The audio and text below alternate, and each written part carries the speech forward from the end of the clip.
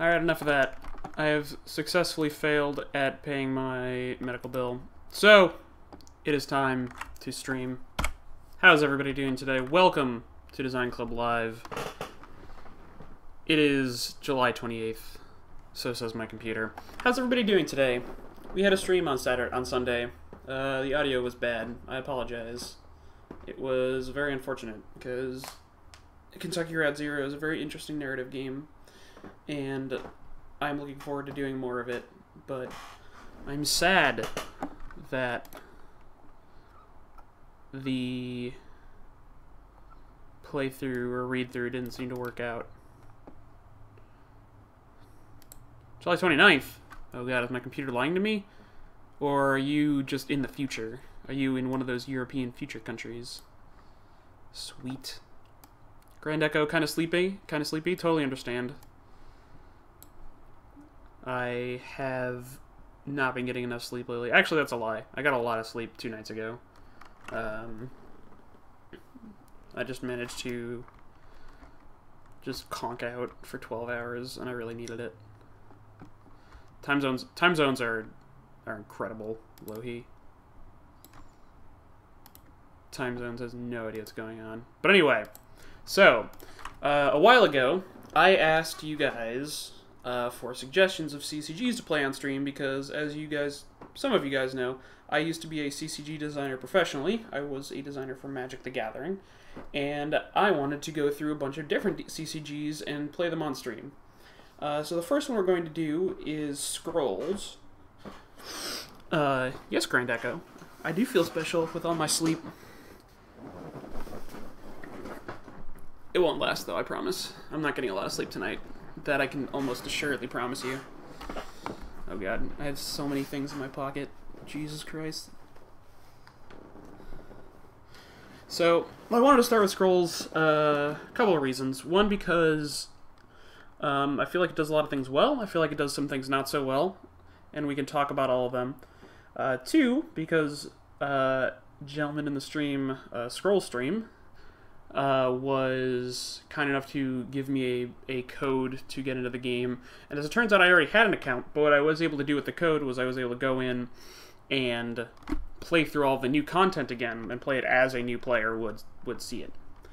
So, I think that was super useful in terms of just reevaluating what the intro curve to Scrolls is.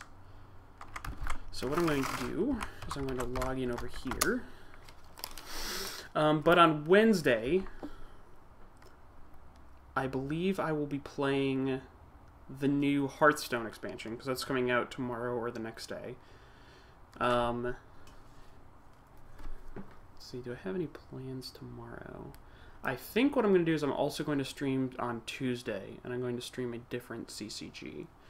And I've got a couple lined up. A couple of you guys sent me suggestions. I think that there are a couple out there that I'm interested to try that will not be ones that we've seen on the stream before. But I definitely want to do Hearthstone because Hearthstone will be a good benchmark. A lot of people are playing it. It's definitely worth checking out as a designer. And I also want to check out some lesser-known ones. So some background for Scrolls, you guys. Let me pop over in the game. So, Scrolls is a game released by Mojang. I also have pink ribbon, and I'm like threading it because we were at a wedding this weekend, and they gave us chocolate boxes. I'm just going to keep doing this. So, I'm killing you guys with my average volume of streaming. Should I not stream as much? Should I just, like, not stream at all? I'm doing good, Foxfire. Thank you for asking. Unless you were talking to somebody else, in which case, forget you. How's it going, Asterial? Ah! I found the end. Anyway. So this is a game produced by Mojang, creators of Minecraft. It was their next big title after Minecraft, and I believe it got a lot of hype initially based off of the Mojang sort of wave and then it just sort of petered out pretty quickly due to lack of updates, and it never really took hold in the same way that some of the other games have, specifically something like Hearthstone. Stream 24/7? Not a problem, Scroll Stream. Happy to do it. Thank you for helping me out. Oh god, I want a cookie too, Grand Echo. Attach a camera on my shoulder, stream always.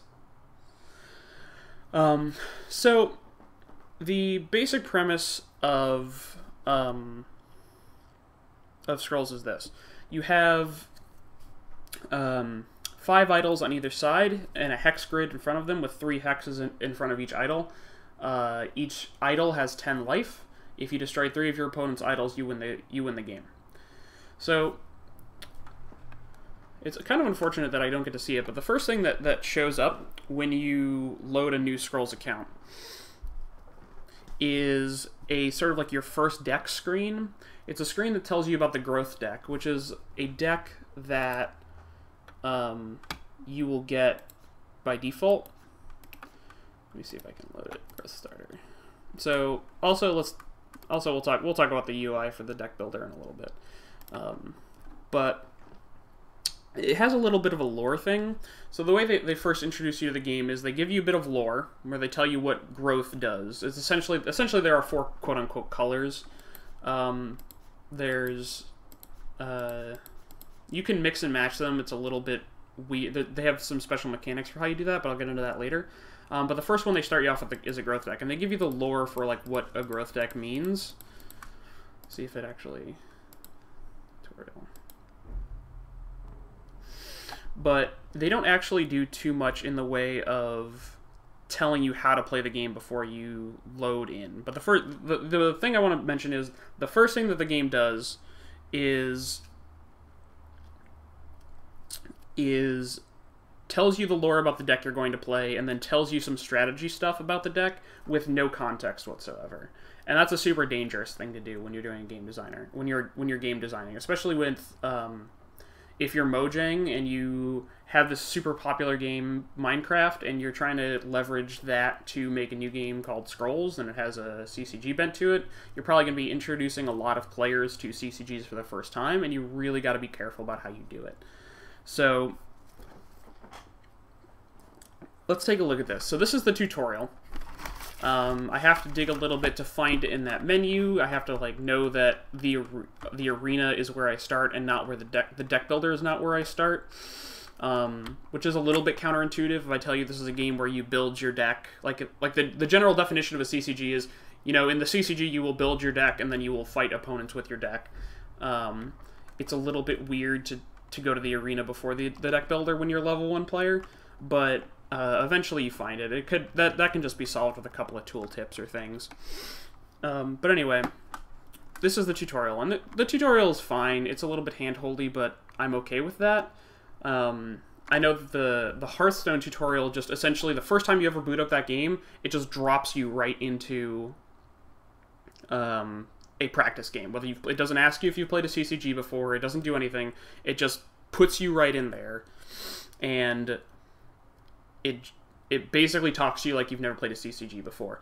And like James has stated that he hated it. I don't mind it as much because there are a lot of people that haven't played CCGs before, and if you have played CCGs before, it's a little bit lame, but it's short enough that I think you get over it. But I think that it's slightly better to force them to do it than to hide it. And I don't know, the tutorial here is fine. It's not that bad. But let's go through it. So essentially, Scrolls all about using your hand, board, and deck to take out your opponent's idols. Take a look at your hand. Each scroll has a resource cost at the top. To gain your fourth gross resource, click on any scroll, and then sacrifice it by clicking the resource icon that appears to the left. So it's essentially just telling us, this is how you charge up your resources, this is how you cast your spells. Resource counter goes in the lower left. We have 1 growth resource. We can play a thing that costs 1. Continue. Resource counter shows spend all the resources for the turn. Don't worry, you'll get them back at the start of the next turn. So far, I like what they're doing. They're saying, here's how you cast units. You know, do this thing, you do it immediately. This is why you know, cast your thing, do it immediately. This is all the information you need to know. 3 primary values, attack, countdown, and health.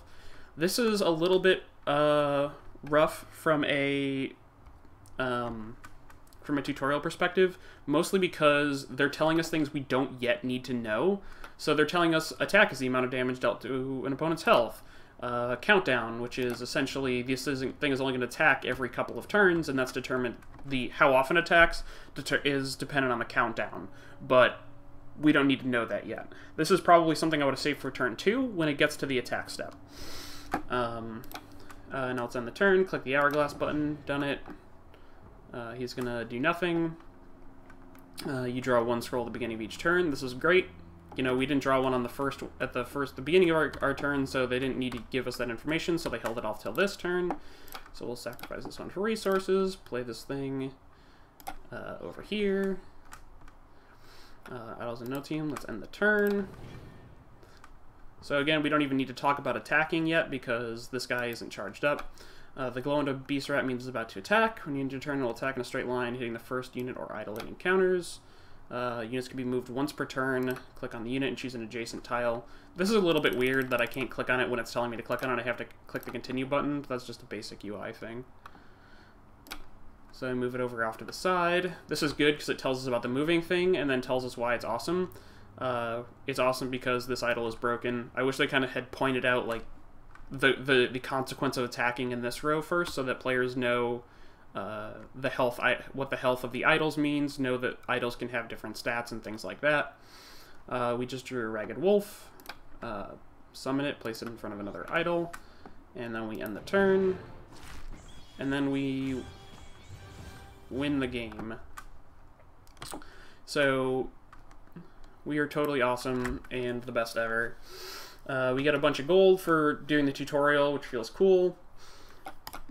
And there is a second tutorial here. So let's try the second tutorial. Learn about spells and enchantments and how to sacrifice for scrolls. You begin in the middle of a close match when it's threatening both your creatures, and you can't deal enough damage to destroy the opponent's units. Unfortunately, the only skill you have an assist with the bears, and she'll have 3 growth. You can't afford to play it. So this is going to start teaching us about the other way you can, the other resource you can do. You can cash in a card for 2 new cards once per turn instead of playing out a resource. And that's sort of the crux of what I think is the, other than the hex grid, it's the most defining thing about this, is that every turn you can play a card for a resource or to draw 2 new cards. And that is kind of a big deal. So, and I'll get into that later. Click the champion ring to see what it does. Click it. Tells us how to view cards. It's telling us about enchantments. Playing it on your beast art will ensure we destroy the opponent's kinsfolk ranger.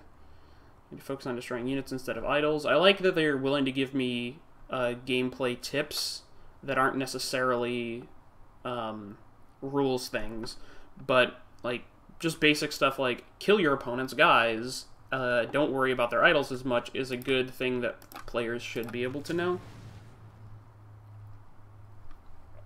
So we click on the binding root. We learn that we can play enchantments both on our guys and on the opponent's guys. Essentially what that thing just did is reduce their movement, so she can't move out of her space to attack a different idol. Click the end turn. We eat his guy. Murder his idol. We get to see what happens. Because we cast the enchantment on her card, on this card, we get to see what happens when you just try to attack an idol that has 0 health. It doesn't go over to any of the other ones. It just whiffs, right? So we got to see that just by teaching the enchantment lesson with the right cards. There were 2... Yeah, you need 3... What? Shut up, Windows. I don't need this. You draw Beast Rat, let's sacrifice it for 2 scrolls. I like how it showed us 2 different types of cards you might want to get rid of. It showed us a card that was too expensive for us at the time, and it also showed us a card that was very cheap and not as good. So I like them splitting it up like this. Now we have the tools to win the match. We get to look at this thing. This is a spell, it's not an enchantment, so now it's teaching us how to use spells. We'll cast it as soon as we hit the continue button. Playing now will make your beast rat attack. Cast. Has haste. Played in front of the opponent's weakest idol. which we can do now that we've gotten rid of that thing. Pow. I do like that they let you, instead of scripting out all of your moves, they let you make a choice here. I'm actually kind of interested to see what happens if you click the wrong choice, but oh well. So this one has haste, so we'll attack it immediately, and the rat attacks this thing up top.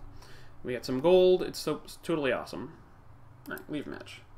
So, this is my main first design problem with the game.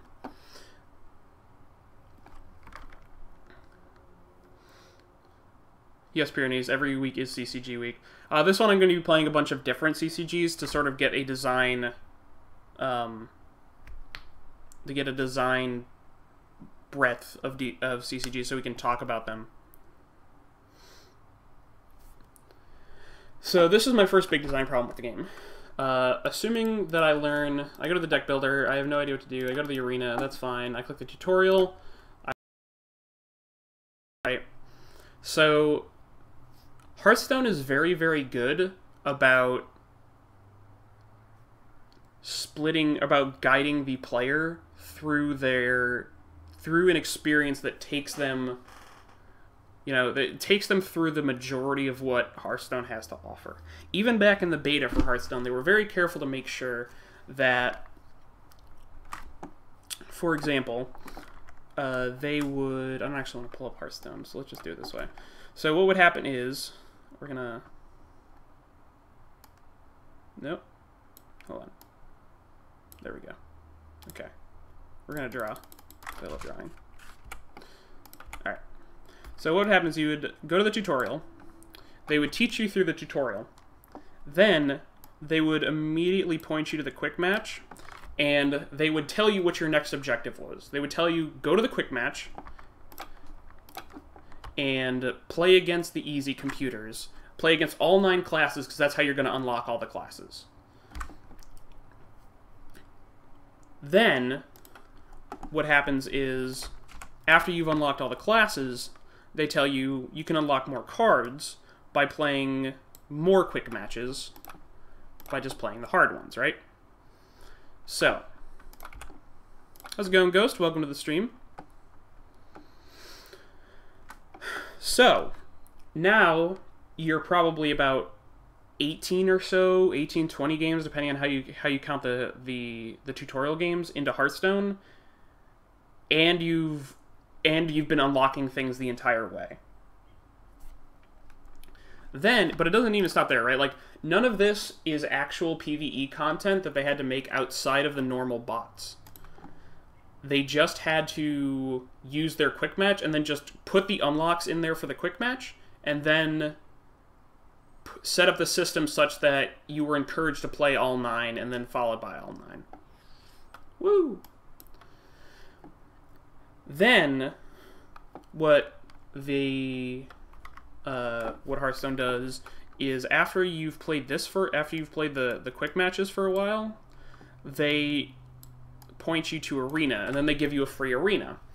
Arena is their drafting structure. Judgment is the drafting structure for scrolls, and I actually like the drafting structure for scrolls. And they do a similar thing where both in Hearthstone and in Judgment you get a free one at first.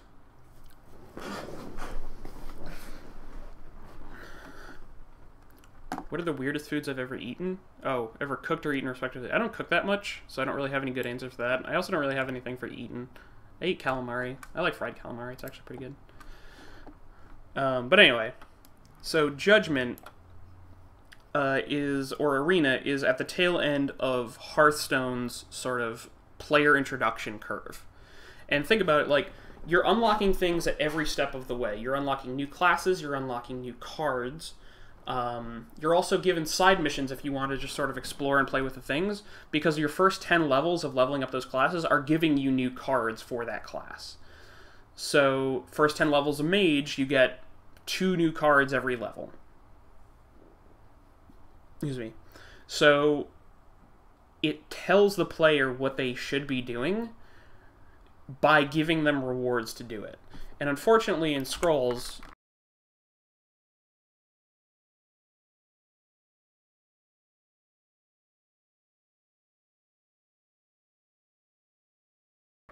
like, it's not I can surmise that because I got gold rewards for doing this, I'll get gold rewards for doing this. But I don't even know what gold is for at this point in the game. I don't even know what I'm supposed to be doing with it.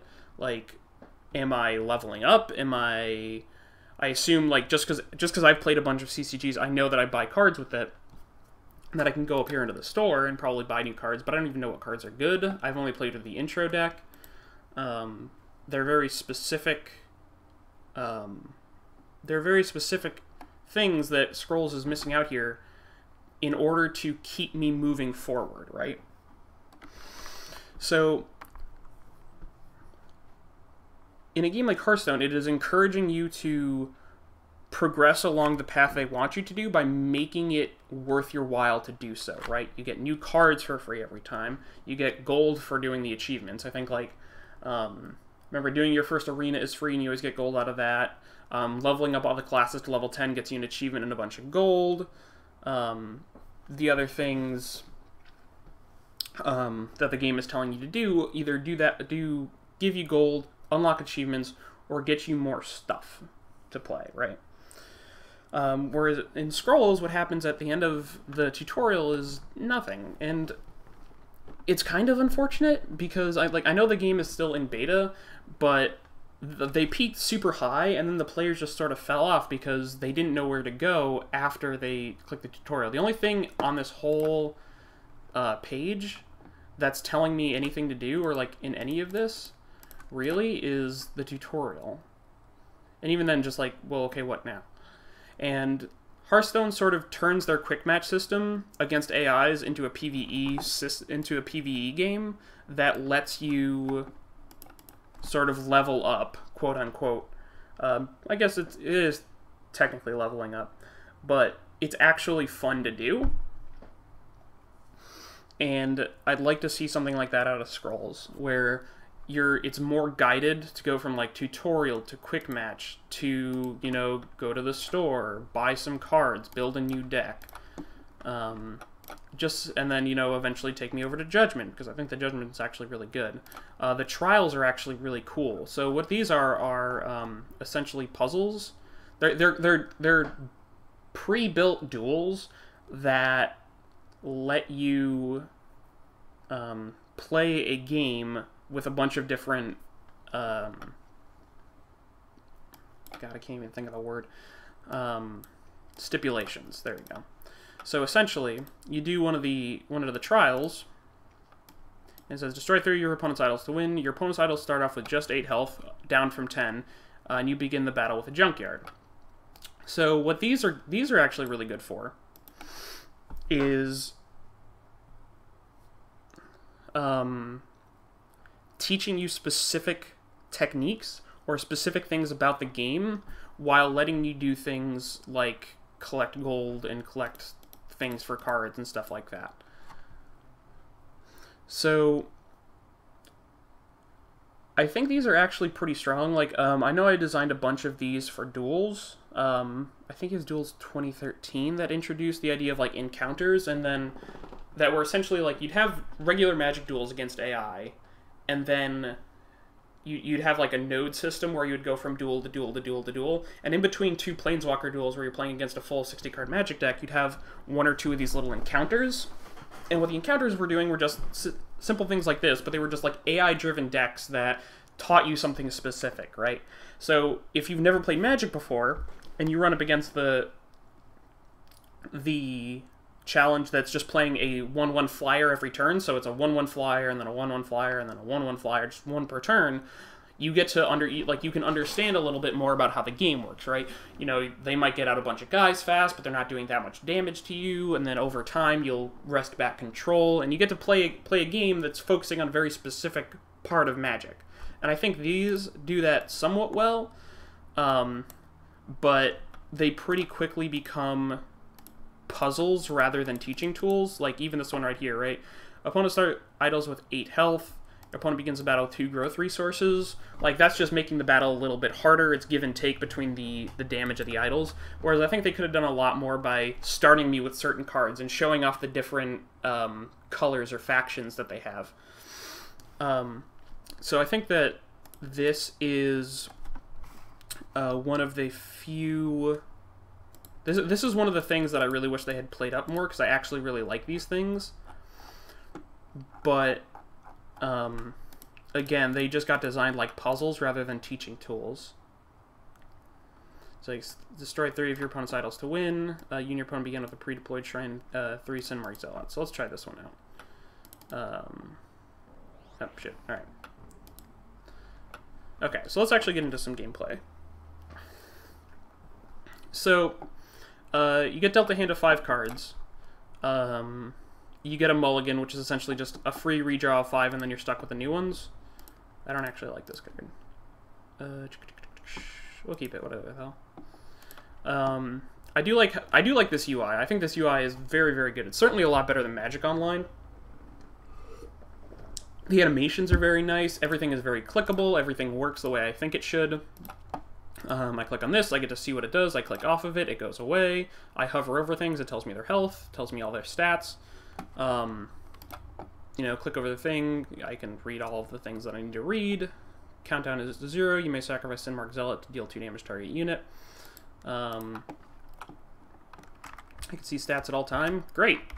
I actually like that they hid this behind control, because I don't actually want to look at a game like this. This is just way, way too cluttered. The fact that it's pop-up and then it fades after a little while is super awesome UI design to me. So we have to charge up our little mana things. We'll pitch this thing because I hate it. We'll play this card. Actually, I need to read this one again. All your other units control gain +1 health. Fine. Alright, let's kill that thing. What is its thing? So he's going to come over attack. Yeah, we're fine. Hiya! And then we are done for the turn.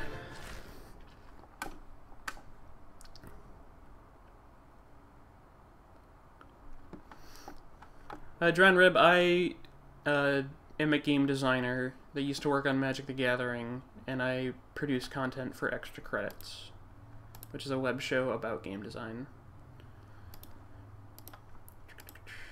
Let's pitch this thing. Alright, let's cast this thing. So, essentially what we're going to notice is over time, I'm going to stop from pitching my guys to resources and drawing a bunch of cards with them.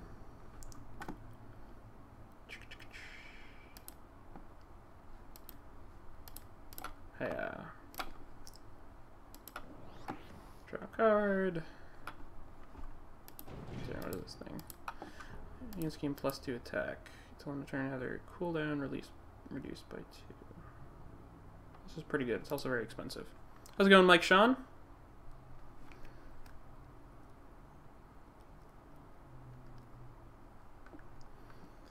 Train one, I think I might be able to do, that sounds like something one of us would do. I don't know if that's a James thing or a me thing, but we can definitely look into it. Alright, let's see. So we're going to hide this guy up here. The positioning system I'm actually a big fan of. It actually provides a lot of depth to the gameplay without requiring a lot of telling me how the rules work, right? Move once per turn is a simple concept. Move to an adjacent tile is a simple concept. And they actually get a lot of depth out of the positioning of your units and setting things up. And I think there are some cool things that can be learned here. So did I already charge my resources this turn? I guess I must have. Alright. We can go over here and turn. If I don't cook, how do I get sustenance? Mostly through osmosis.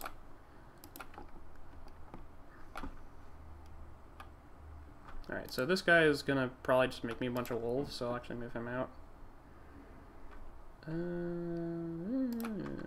Fine, I'll put this on him. And I'll make a junkyard. Oh, I have to actually click on him and use the summon wolf text. That's a little weird, but that's fine. So there's actually a lot of interesting things going on here. It's less so than because of. How do I get 2 of these? What is this thing? Shrine. Okay. Oh, the token one is the one he started with. That's a little bit confusing. Like I only know what this token structure thing means because I play Magic. I'm not sure anybody else would know to make that distinction.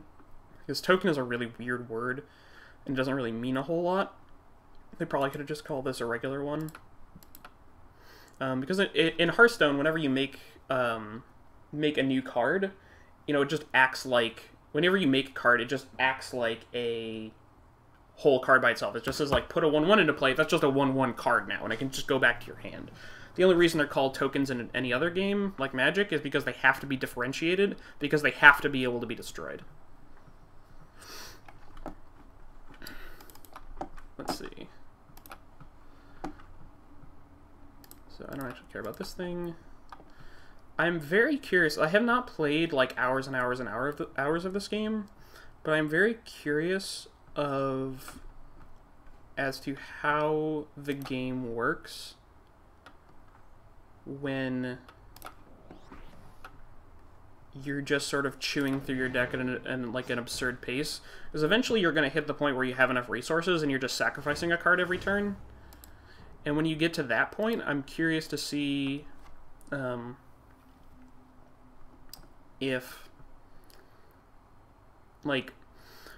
because if everybody just has a bunch of stuff to play every turn, it's not actually that bad, right? Like, playing stuff is fun. 2, 1, yeah, you got haste, so you'll start nomming on this thing. Poison for 3 rounds. Let's do this. Do this. Creature, is this not a creature? Yeah, this is okay, structures are different than creatures. Let's see.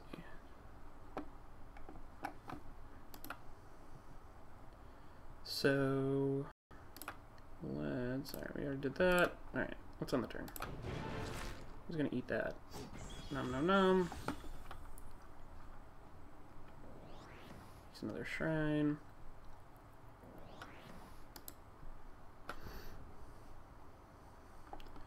So what this deck is actually teaching me is about walls and how they're good at delaying but not actually winning the game.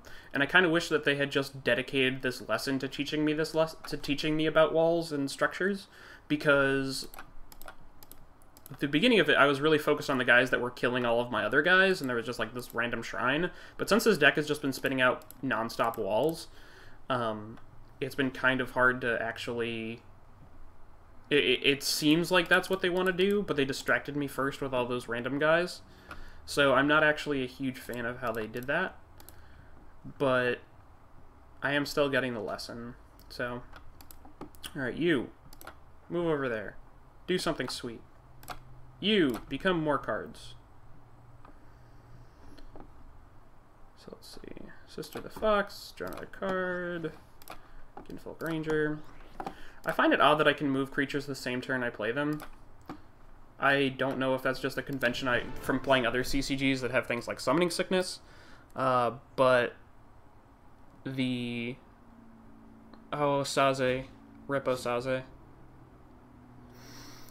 But it just seems weird to me. Alright, so let's see. You, make a wolf. No, shit. That's not what I wanted to happen at all. Alright, how many turns do I have? Plenty of turns. Summon a wolf. I don't know why I did that. You, move over there. Because essentially, if I have this guy here, I can summon a wolf and move him to... I can summon a wolf in any lane, and that seems weird to me. I think it's a kind of strange that, you know, they're going to limit me on directions, but then allow that guy to move. Whereas you could, if you wanted them to move, you could make it... make an exception to the rule, but I don't think that having them by default able to move on the first turn makes a whole lot of sense. Alright, let's see. You, become mana. You, become a wolf.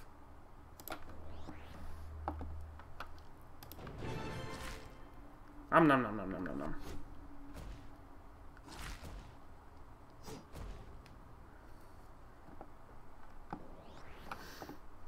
So this, the idea of a lane-based CCG isn't really anything new. Garfield actually made a game called Spectromancer a long time ago that is just playing guys in lanes. I think Duels of the Champions does a similar kind of lane thing.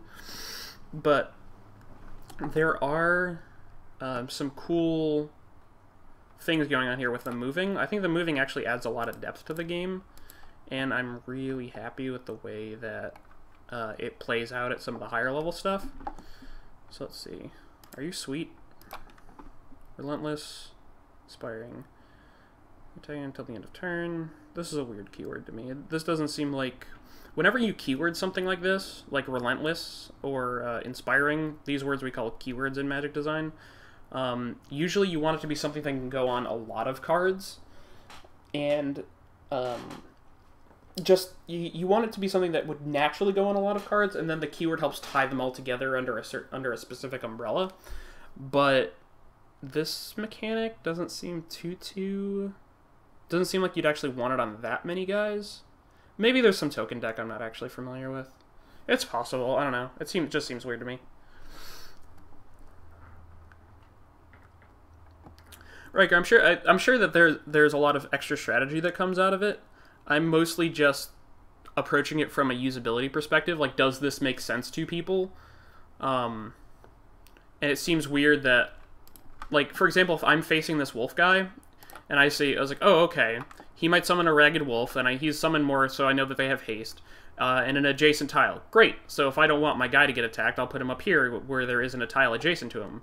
But the fact that he can just place it here and then move it up here, I think makes the opponent a little bit more, like, sketch on what's happening. I think there's potential for confusion there.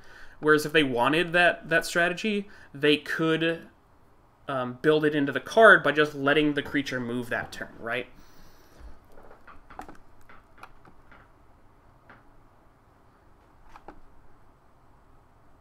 Yeah, Relentless is a good mechanic. Like, Relentless is one of those mechanics that has a lot of depth to it and actually adds a lot to the game by giving a surprise factor to some cards.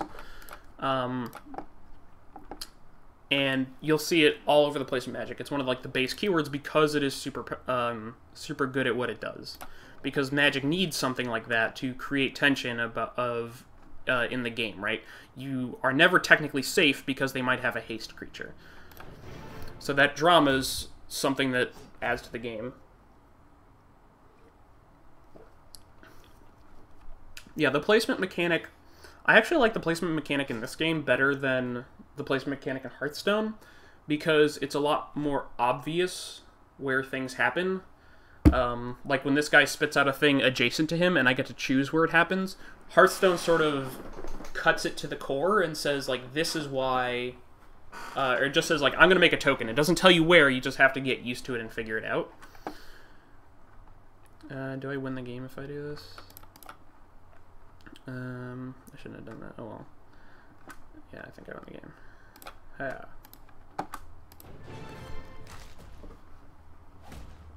Order starter deck. Oh boy.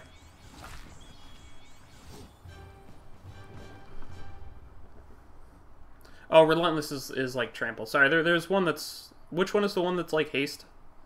Haste was the one I was talking about, but Relentless is another one that also has a lot of depth to it.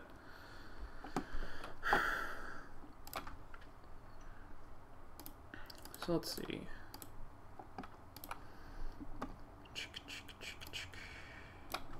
Let's try doing another one of these.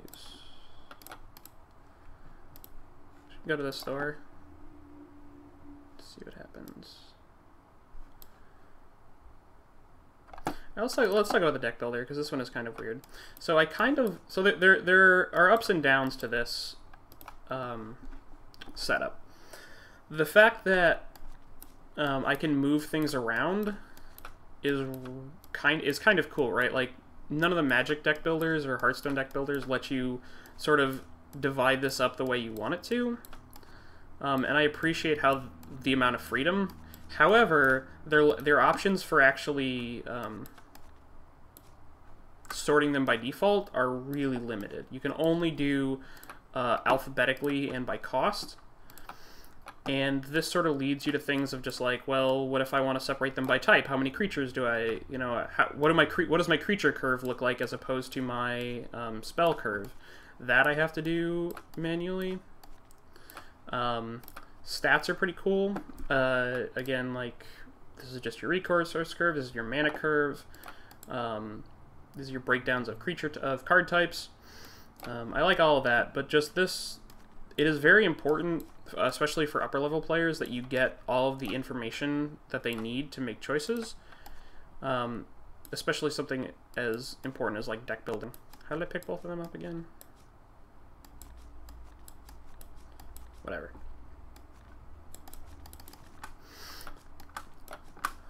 But they probably need a few more options here for sorting.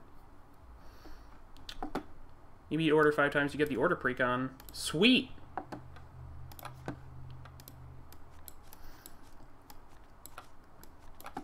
Alright, let's take a look at some of the other stuff, because I have a bunch of gold. So you're doing tap creature in the bar, but isn't very intuitive. Yeah, I mean, the type creature, yeah.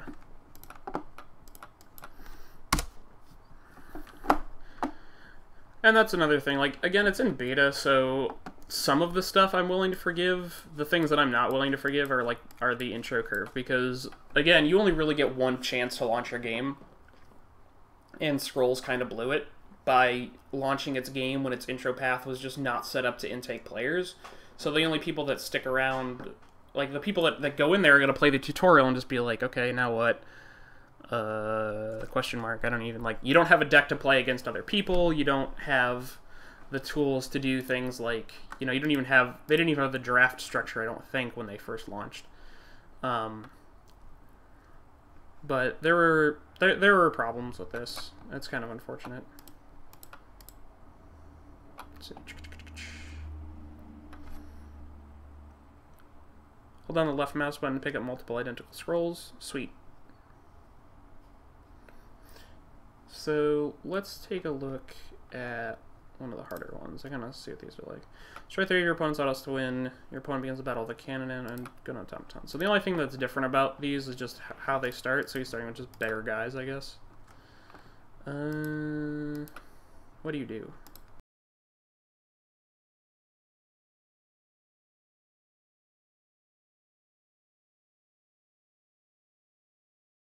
Yeah, just try a new starting hand. I hate all these cards. Alright, well, we're keeping it. So, range attack, armor 1. I do like the little tooltips here. They're very good about their keywords and just like, what does this do? Great, I know what armor does. Whenever they mention keywords in their text, which I don't know if I have one.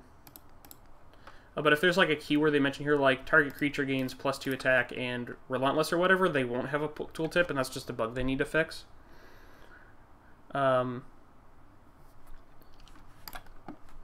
Let's try.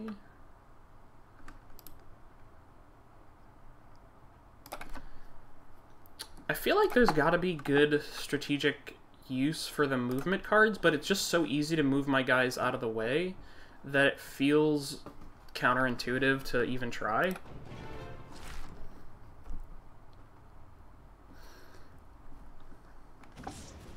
Oh, zap zap. I guess he starts with a bunch of resources too. That's annoying. You become mana.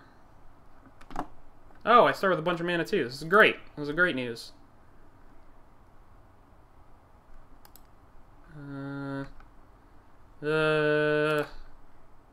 Frostbeard, get him. Become huge. Probably should move him down there. I guess I just don't want him to get blown up. What the fuck is this? 0 to destroy and you draw 3 scrolls. Oh, that's pretty sweet. I do like the challenge of having to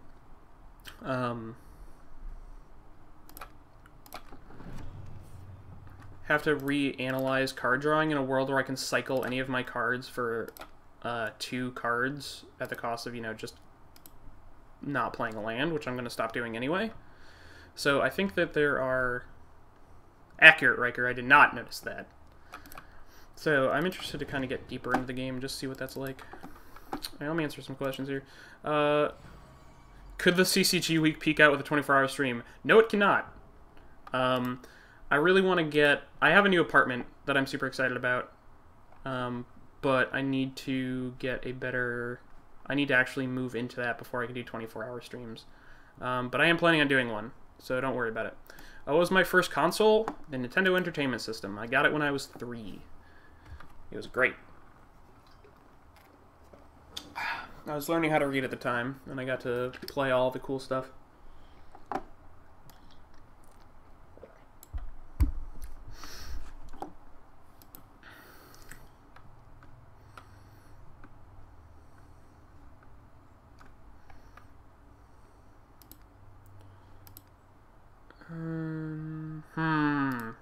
Become cards. 1 damage to all units. Sign me up.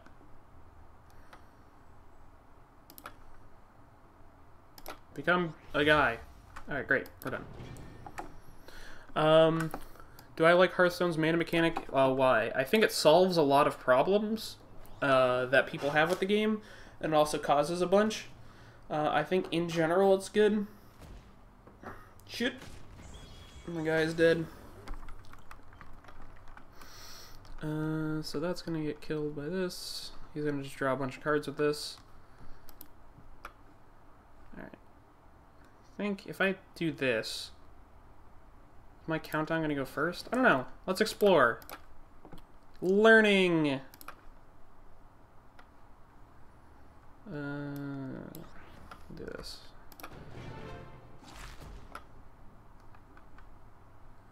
Okay, so now this is bad for me.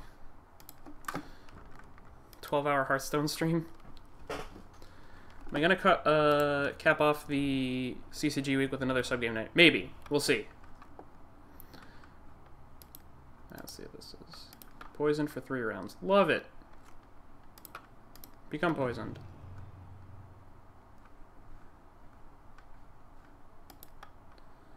You can go up there.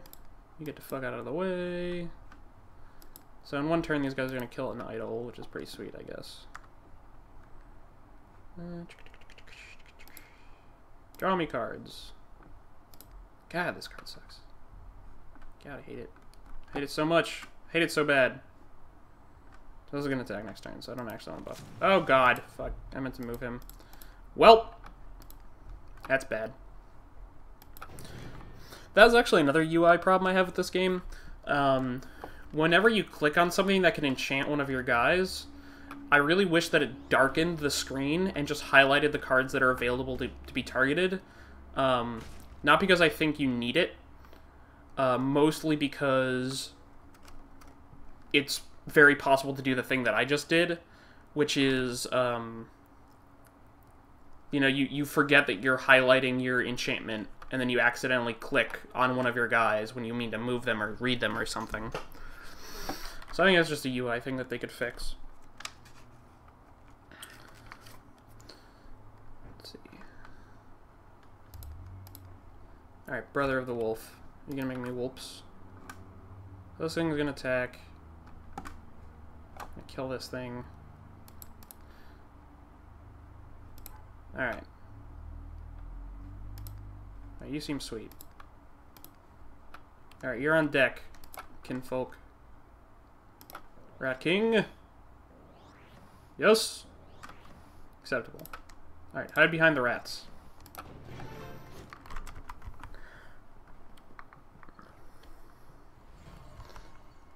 Maester, I could hit the control button, but I really don't like how it clutters up the board.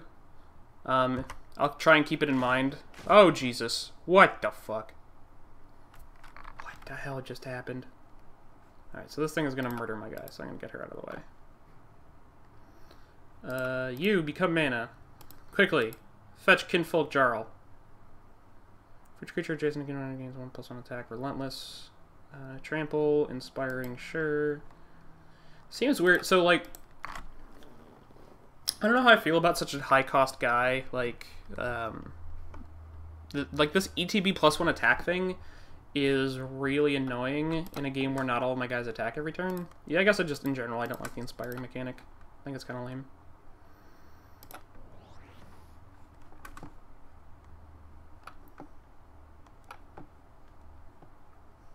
Alright, I'm done.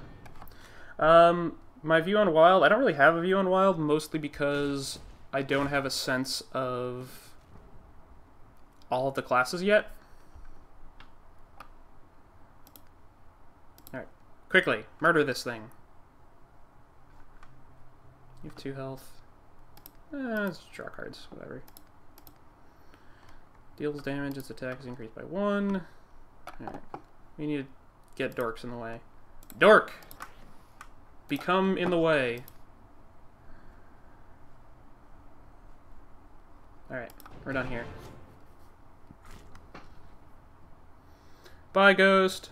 Thanks for stopping by.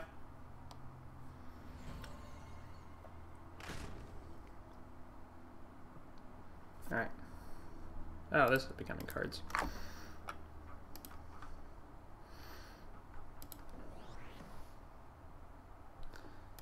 This has an aura. What is this?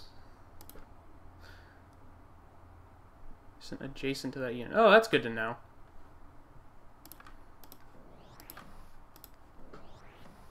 Alright. Kinsfolk Jarl! Get him! Wait, what? Why are you not dead? God damn it. Ow. Poor Kinsfolk Jarl.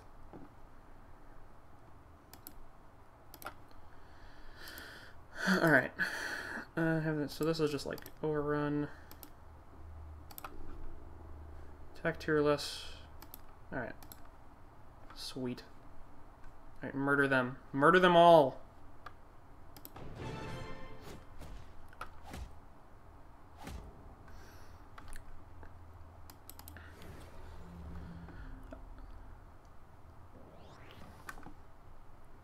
I was talking about Hearthstone's mana mechanic. I like the... It solves problems and it makes problems. The problems it solves, usually come down to things like, oh man, should I just God Hand? I'll make this 4, so I won't actually kill this thing. So I could just move this guy up here, him down here, and then God Hand. So this will kill this, and this will kill this, leaving him with this. So it's not that bad. Oh wait, shit. No, I fucked up.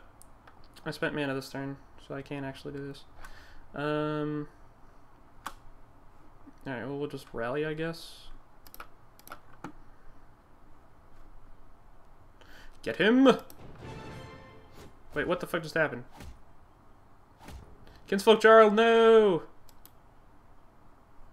Rip. Rip Kinsfolk Jarl.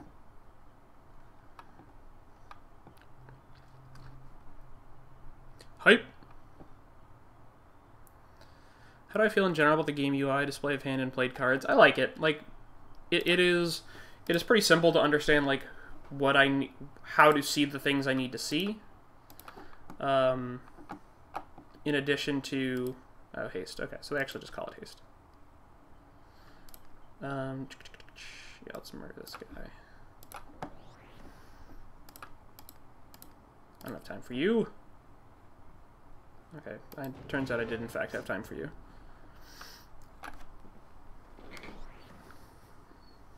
Again, like, accessibility of information is the thing I care most about, and it's actually pretty good. Everything is intuitive as to where it is and what it does.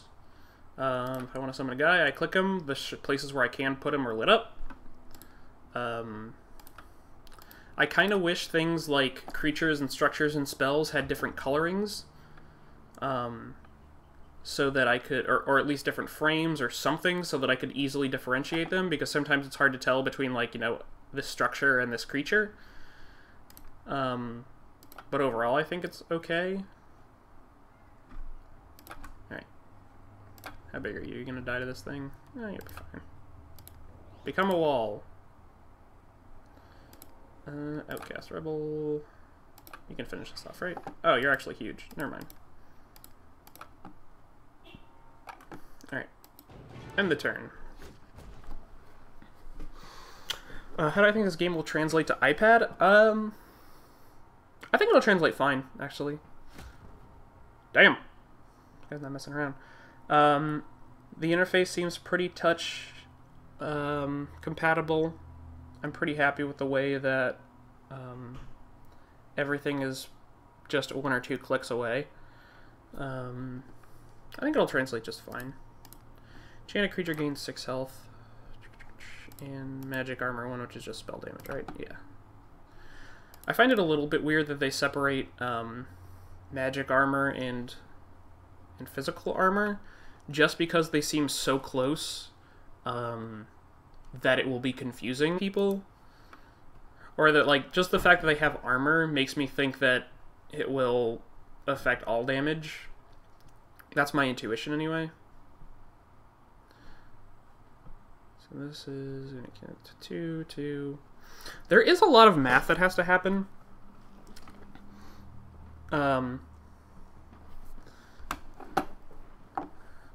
Like, in between this, because I have to start playing, like, have to start planning out so many turns ahead.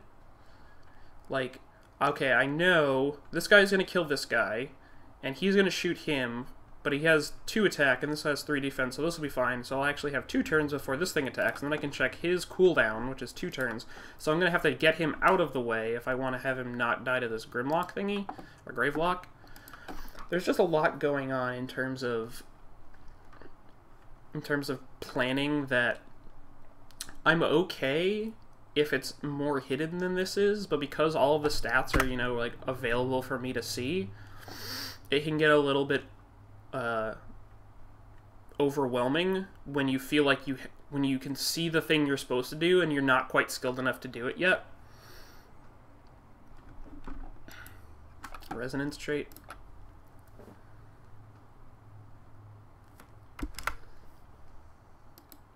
So this is all my guys get +1 attack. What's his health? 2? That's pretty lame. Which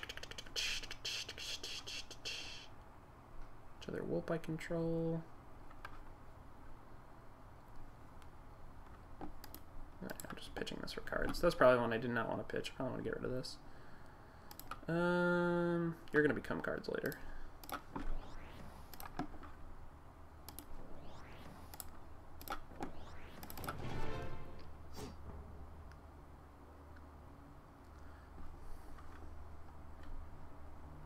Oh, buy structure.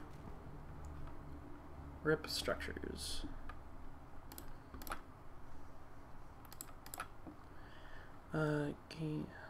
Gains 2 health, 2 health. So this is a little bit confusing. I don't actually know if this increases their base countdown by 1 or just the current countdown I'm on. Because it says when this enters play, I'm going to assume it's just the one time, but I don't think players who weren't TCG designers would know that. So it's a little bit weird, I think, to ask that of people. Yeah, let's get up here and kill your guy. Alright, Fertile Soil, I'll do this thing. Card drawing spells are actually kind of hard to evaluate in this game because I can cycle everything for 2 cards. So alright, it seems fine. They seem good, but initially it was really hard to figure them out.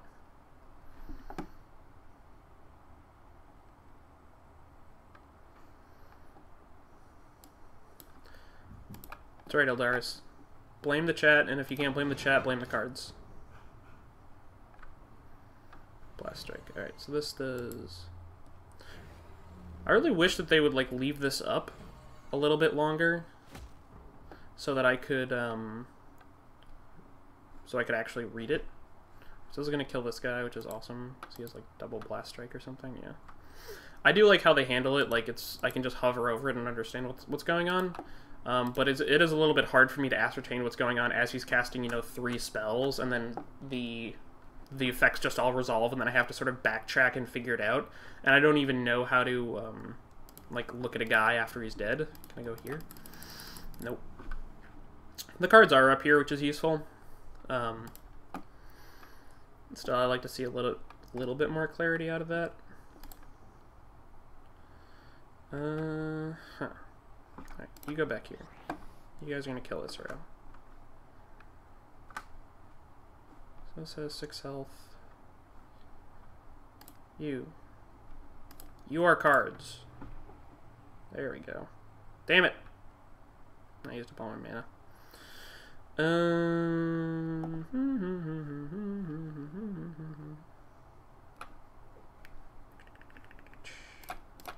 Alright, you can finish that off by yourself.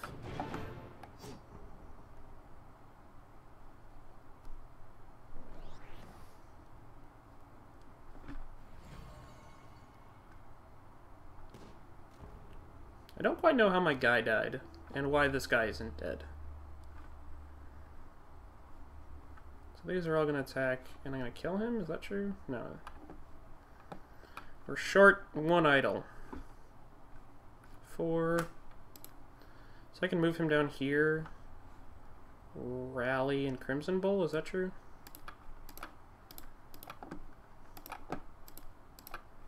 And then kill him.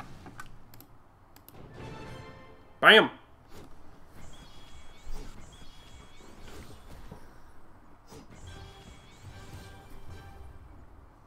Got him. I'm the best. Victory! Completion! I don't actually know what... I could figure out what victory means. I don't actually know what completion means. I gave it 3 stars. Alright. So guys, what I'm actually doing is I'm going to take a break real quick. Grab some more water, and then I will come back and we can do a judgment, because I'm actually really interested in this draft format. I want to talk through some of the stuff that I think they do really well here. And I think it'll be a lot of fun and very interesting. So thank you guys very much for hanging out, and I will be back in 3 to 5.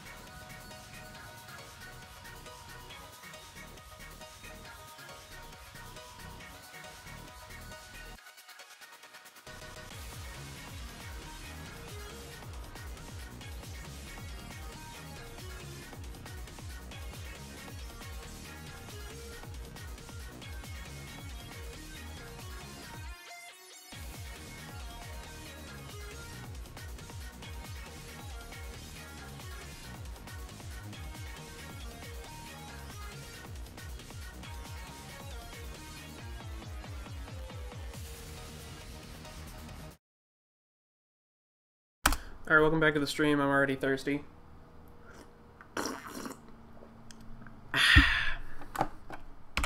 Woo! We made it. We're all alive. Is everybody alive? I shouldn't say that before I verify that everybody's in fact alive. Well, I hope you're all alive. Twitch delay is not helping me ascertain your current state of being. Alright. So let's do the judgment thingy.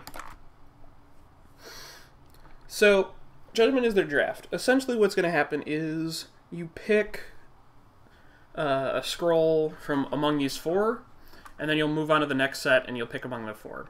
So it's the same, essentially, it's kind of the same as Hearthstone. You know, you pick from among these choices and you move on to the next choices. We're going to pick 45 scrolls, and then we're going to have to play 30 of them. Excuse me. So,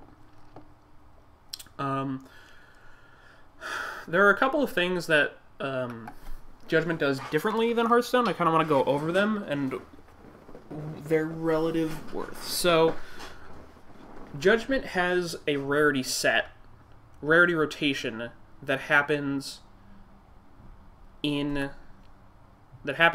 order. You will always get a rare first, followed by an uncommon, followed by common, and then I think it's like rare, uncommon, common, uncommon, common, common, uncommon, and then you repeat. Billy Nomads, yeah, and this follows the same rules most drafting. You can go over the normal 3 per deck limit.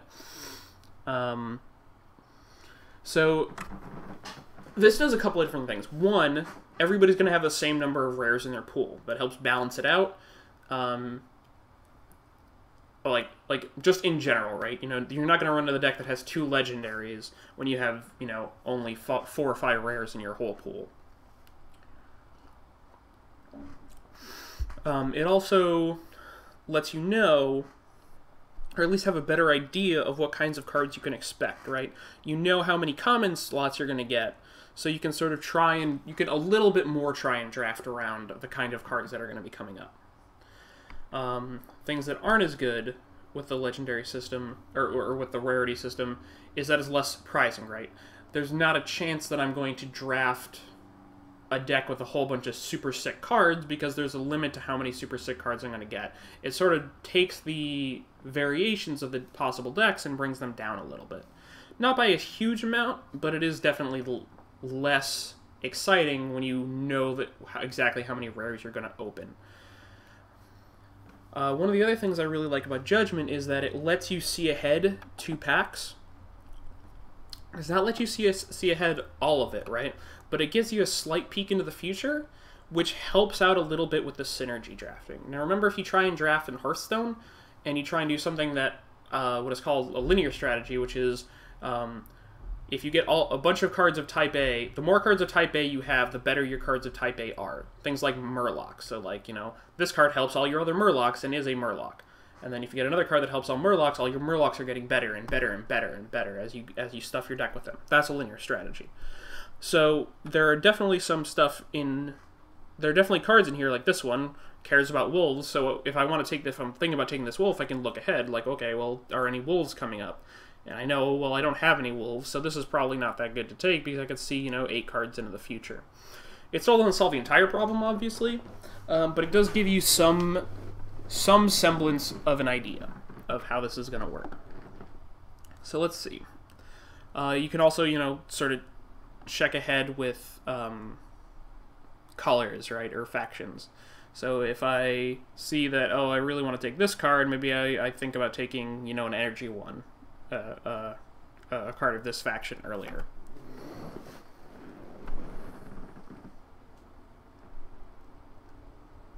Unless, did they change the update?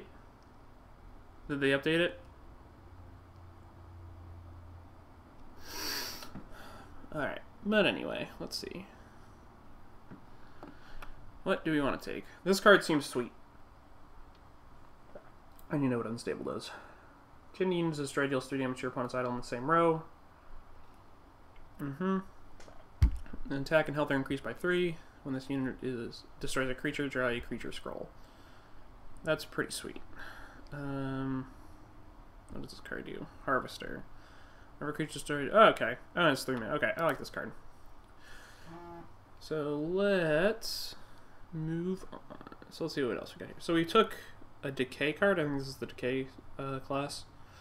So we could stick with this. This card seems kind of lame. It's essentially just like 1 mana and spending a card to nug an opponent's idol. That doesn't seem that good to me. Let's see, Sandpack Memorial. Increase your current energy by 5. So I guess this gives me 5 energy for the turn. Boom Reaver. Wings Soldier. Wings Soldier seems okay. Kind of hate going into another color so early.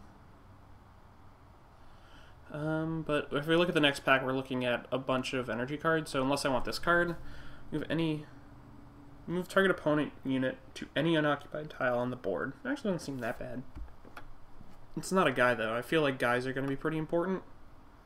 Impact, we've been playing some scrolls and talking about TCG design to begin CCG week, where we'll be playing CCG games all week. And it will be super awesome. So, Overdrive, enchanted structure's cooldown is decreased by 2. At the end of these turns, it is dealt 2 damage. No, thank you. Yeah, it seems dangerous. This seems kind of hard to set up. So I think I want either this or this, and I'm more willing to go with guys. So I'm going to take the Boom Reavers, and that sets me up to do this.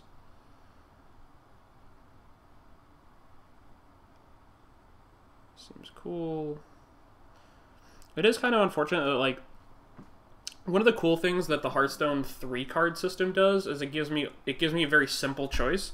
So when I'm trying to introduce a new player to drafting, it's very easy to sort of ease them into it. Now, something like this is actually a little bit more strategic because I could see more cards ahead, but it's a lot more confusing, right? So if I'm trying to make this decision and I'm given all of this information, it can be kind of hard to actually sit down and think and get through all of the information. What I think I'd like them to do is for my first judgment, which they gave me for free anyway, is to do a tutorial judgment where they only show the first row and then maybe unlock the other rows as it goes on. I think that would be a better, easing into the system, because it gets you to a place that is more strategic than Hearthstone's Arena, which, like, if you guys have followed the stream, the Hearthstone's Arena is kind of boring at this point because all the decks are the same. I think that this system helps alleviate some of it. But I think that it is a little bit too much to try the same, like, just throw the player into the arena and have it go. Later, Dynamancy. Thanks for stopping by. So, we have Stormrunner. I'll take the guy. Righteous Partisan is pretty sweet, but he doesn't really go with any of our colors. Alright, so we got a bunch of decay stuff. More decay stuff coming up. Love it, love it. Alright, so we'll try and stick to the plan. And then sacrifice all your structures, gains attack and health, you can only have a structure you sacrificed. I don't really like the sounds of that. But it's possible, maybe it's possible that we pick up one of these cards. This card is also not that great, I don't think. Cross is also kind of lame. I'll take this thing. Seems passable. It's not great though. When Festering Freak deals damage to a creature, that creature gets poisoned for 3 rounds. Attacking melee, attacking becomes poisoned for 3 rounds. Great. This also seems hard to set up with how easy it is to move everything. I mean, like, getting hit by it, having one of your opponent's creatures run into it is probably really hard, but hitting something with it might be easy. And the same responsibility to have the deck decreased by 1. It seems fine. Relentless, Trample. Troll with the same name as target creature destroyed and replaced by a monstrosity. I really wish they would tell me what a monstrosity is, because this is super relevant.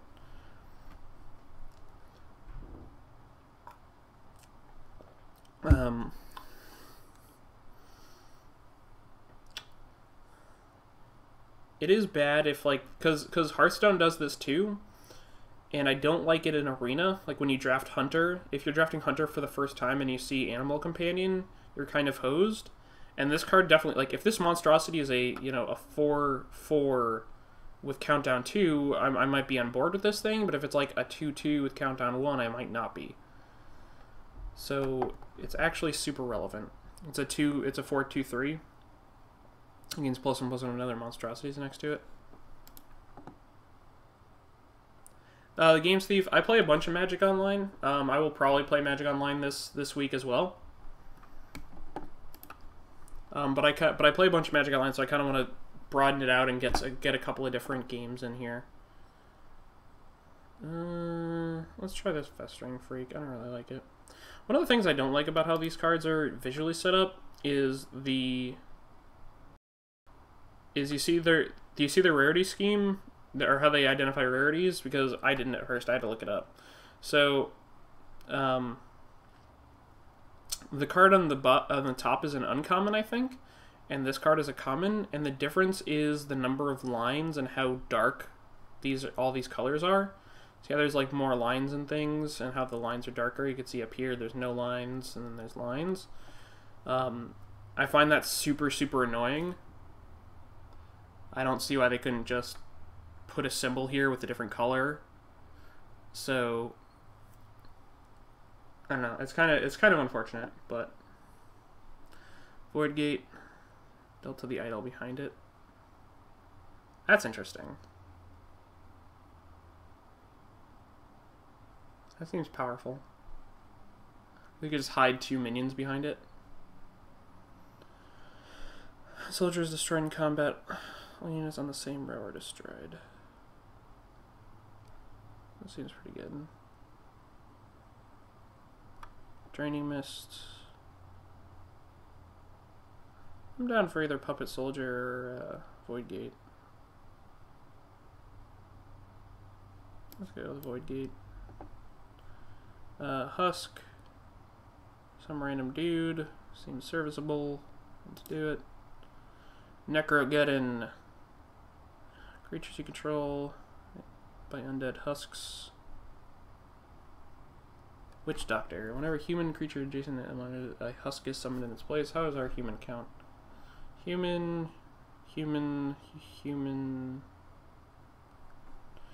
Witch Doctor, Necrogeddon. Necrogeddon seems sweet. Do it, Lohi.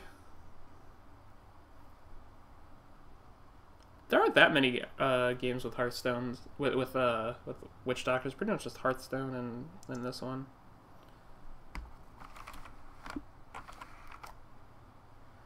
What are the base stats? Let's go with the Witch Doctor. Try and draft a couple more humans. We got the Copper Automaton, Cursemonger, Eclipse. Seems lame. Yeah, Curse 2. This I have a problem with. So it doesn't. There's no actual way for me to look at this card, I think, and learn what Curse 2 does. Like, this should be a hover text. And I find that super annoying. This is just something that should get fixed. Is destroyed. Draw 1 scroll. Love it. You're a human though. Alright, we'll go with this one. Useless contraption. Countdown increased by 1. I don't actually like that. Order by 1. So I guess they released a set recently that has to do with like crossing over colors, and specifically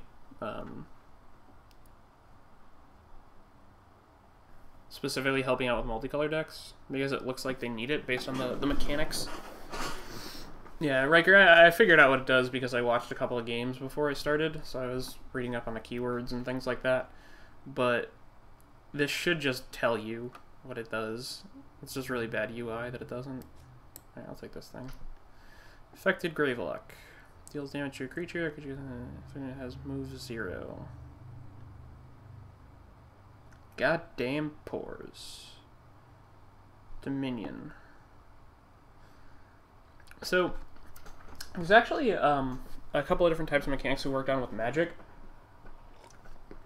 One of the things we learned over time is that aggressive mechanics tend to be a lot more fun than defensive mechanics, because then the games actually end. You're encouraged to attack rather than sit back and do nothing. So I am a fan of a mechanic that says this one gets better after you've dealt some damage, because I feel like it'll... What does Lobber do? I don't actually know for sure. Attacks at a specific section of the board. It doesn't tell me what that specific section is.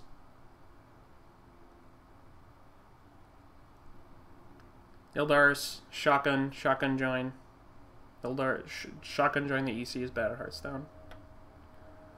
Alright, I'll take a guy. Ilmire Hunter. Slayer. Yep, it's just Death Touch. Sickening Fumes. Surge, what is this thing? When the spell is cast, all remaining resources of its type are spent. The surge value is equal to the amount spent. Played X random opponent units are dealt 2 damage, where X is the surge value. That's pretty cool.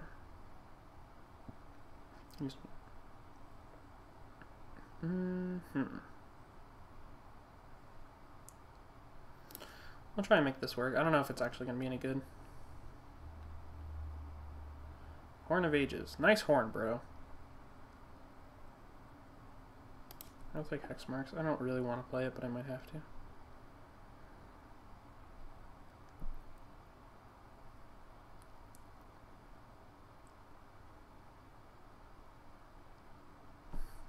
It is slightly...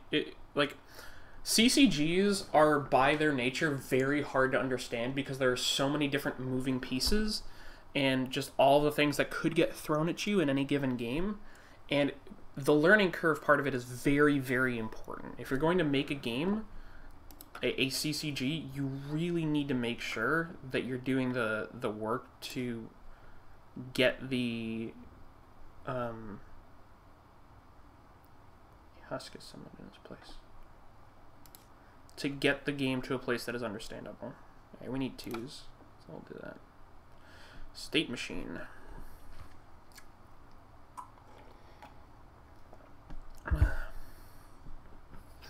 Corpus Collector.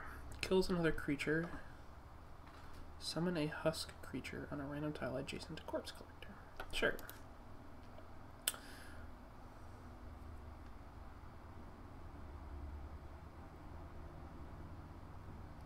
So let's see. Proximity Charge. Proximity Charge is destroyed in melee combat. Taking it dealt 4 damage. Play a copy of it is summoned on a random adjacent tile. I kind of just want to know if it's got to show them where the proximity charge is. Yeah, it's not gonna like hide it, but Essence Feast, Hellspitter Mortar. That's bold. Unique. Previous uniques with the same name. Dominion effects are active as long as at least one opponent idol is dead. Okay. Ward. When active. Okay. Oh, this card seems real good. Oh, Spitter. Arthritis. That's rough. Oh, he's so sad. Oh, no. Oh, he's got such arthritis. Each time arthritis unit deals damage, arthritis does 1 damage to that unit. Seems lame.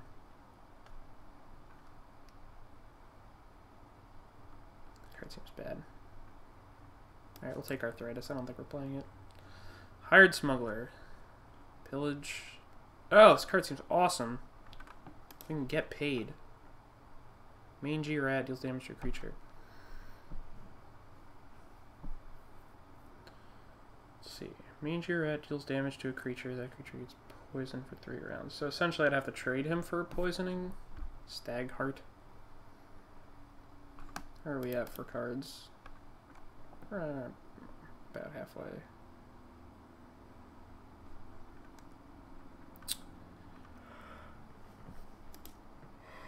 I don't think there's any way I can get away with playing the growth cards now.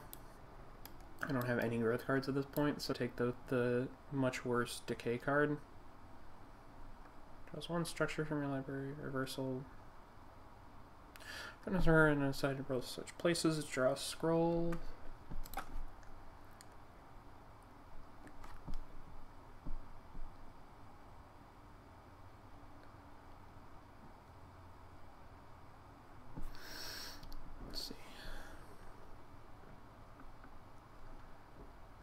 Pestis. Enchanted creature gains +1 attack for each rat on that side. Enchanted creature heals another unit.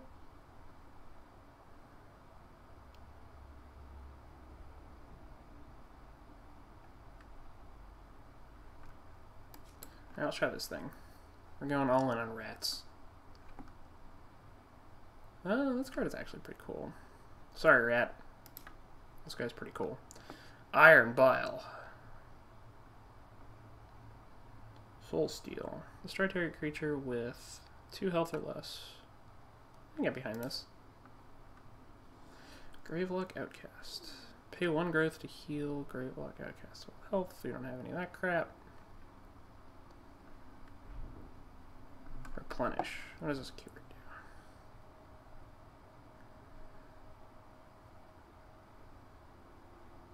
What? So this just gives me 2 wild immediately when it's played? Weird. I might just play that if I'm short on guys.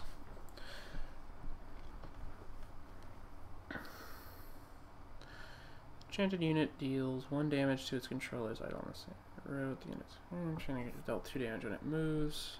Huh, interesting. Might actually be fine on like a structure that can't move. And just like ping off their idol if we're a more controlling deck. Opposing structures take 3 damage. We're not casting any of these other spells. Bitterroot. Attacked in melee, attacking units become poisoned for 2 rounds. For 3 rounds! 3 rounds!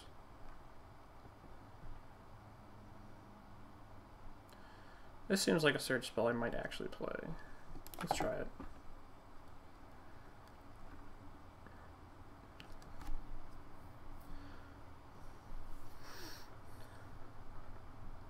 Alright, let's see.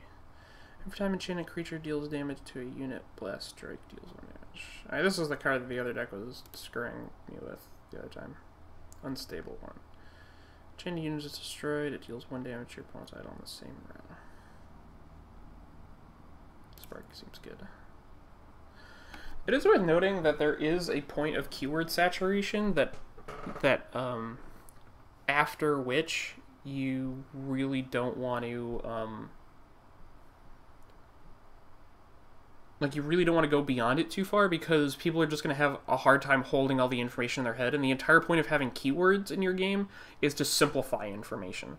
You really want to get it to the point where you can say, you know, Relentless is code for something that a lot of creatures have. We're just calling it Relentless so we don't have to spell it out all the time for you. I don't even know what that card does. Undead creatures get +2 attack. Does not attack. Countermeasure guns 2 husks. Random positions are destroyed after attacking. Alright. Whatever you say, champ. Beetlestone.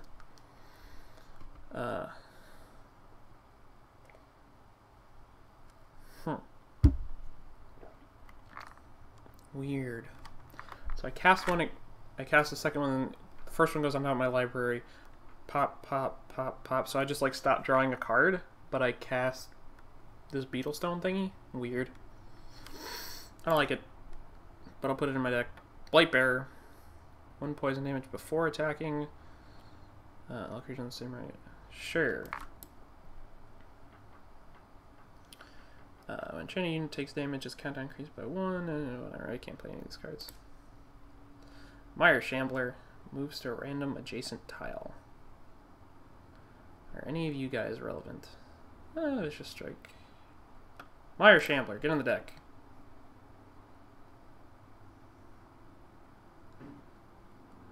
Lizzie, Sella was around earlier. Let's see, Cannon Automaton. He seems pretty big. Alright. I don't think I actually have enough structures to make that relevant, but whatevs. Next attack or damage taken. Plating is removed afterwards. Oh, wild is the generic mana, right? Okay. So this is kind of color fixing. Thunder Surge.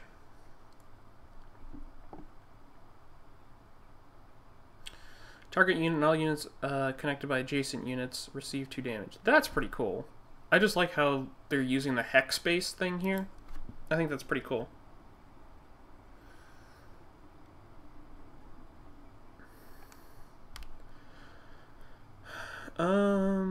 Cursed Presence. Chain opponent unit.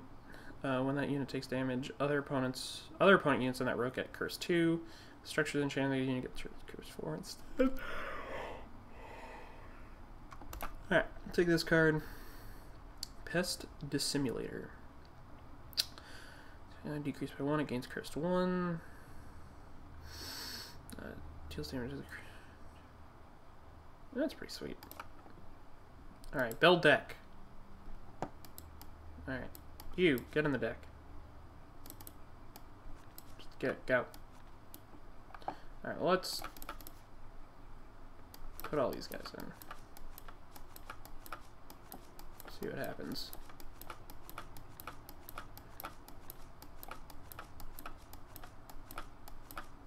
How many you got? Total trolls, 24. Great. Stop yawning. No, Lizzie, he was here. I promise.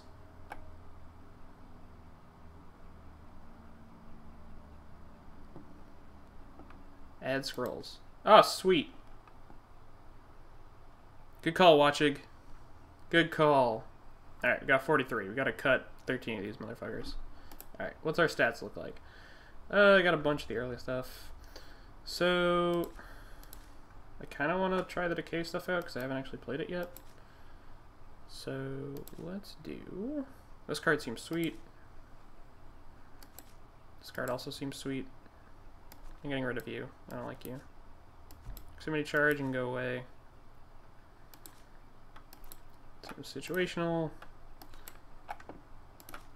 I'm not a fan of the random chance.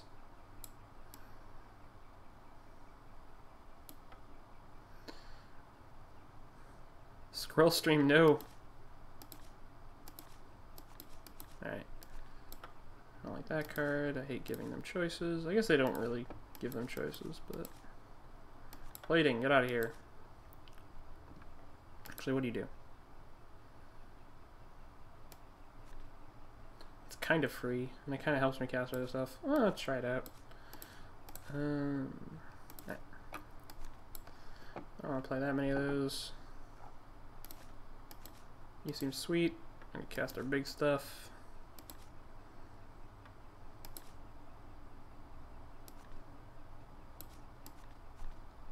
Void Gate. Do I really want to try this Void Gate? I'm gonna try this Void Gate. Soul Steel seems good. Harvester seems fine. Pestering Freak seems hard to use. Blight Beater. Yep. Like Bearer? Whatever.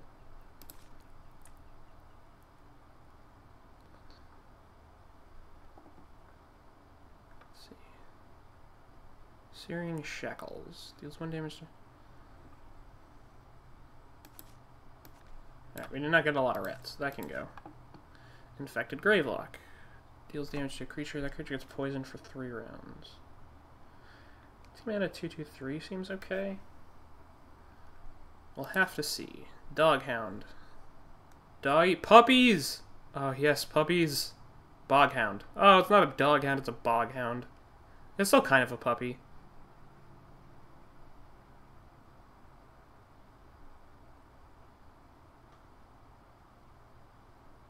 Beetle.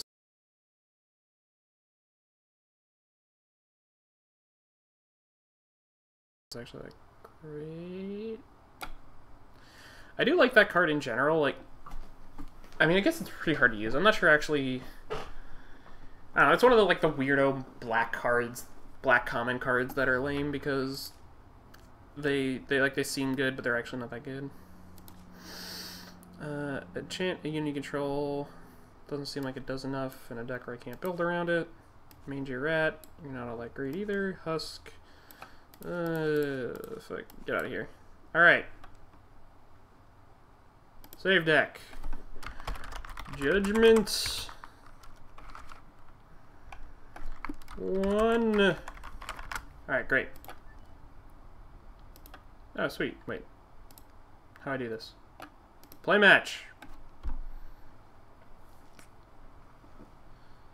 No, is it really good, Crad Stash? Match found. Brilliant. Bring it on. Bring me to the match.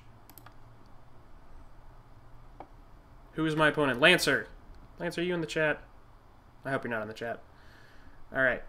So here's how color balance works in this game. When you have a deck with more than one color... Apparently I get an achievement for doing this. Bam! I'm the best. Aw, thanks, wizard. Oh, it's my turn. Shit. Shit. Oh, wait, no, it's not my turn.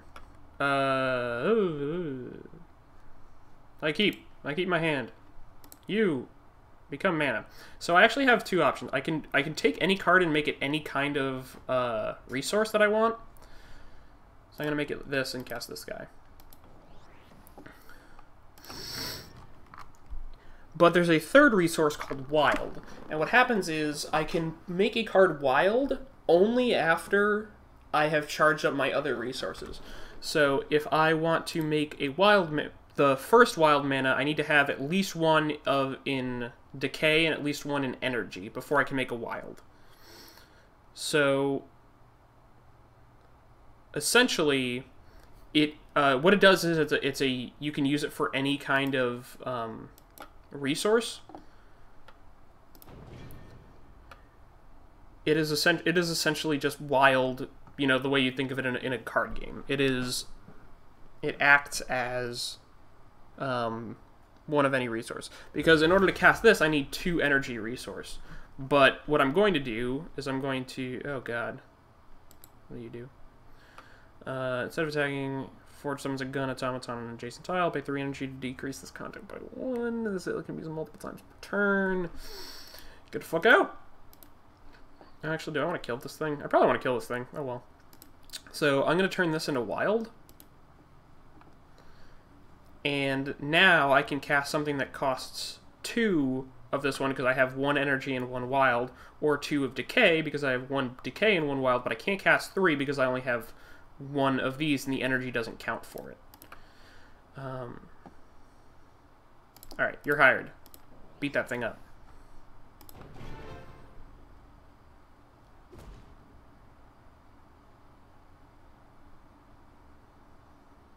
Yeah, everybody's super in love with this whole control button. I just don't like it. Like, if I need, whatever I need to see the data, I'll just hover. I'll just move over them. Alright. Health 2 or less. Oh, what do you do? Kills another creature, summon a husk creature, so I actually kind of want to set this up so that it can kill stuff, because that will start getting me ahead. Let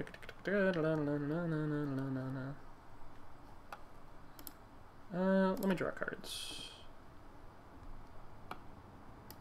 So if I do this, it'll give me 2 Wild, which will let me cast Soul Steal, which doesn't actually do anything. But no, it'll let me cast Void Gate as well. Is that something I want to do? Why not? Let's try it. So now all of this damage is going to go past my guy into my idol, which means I'm going to sack this idol, but it's going to mean that whatever guys I have are safe from combat damage. Top Donator is broken. Is Top Donator broken? Oh, I know why it's broken, because I didn't start up the thing.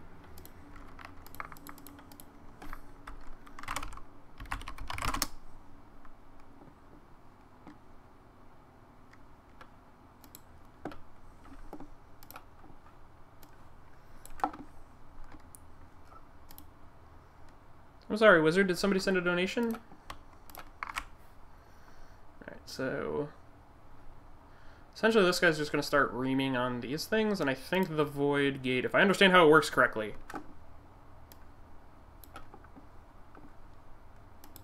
I think this guy is safe. But alright. Do I want you or do I want to... Soul Steal is not actually doing anybody any good right now.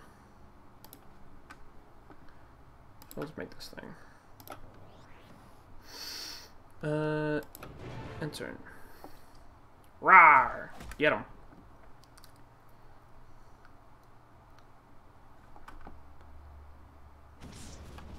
Oh no! You monster! How dare you?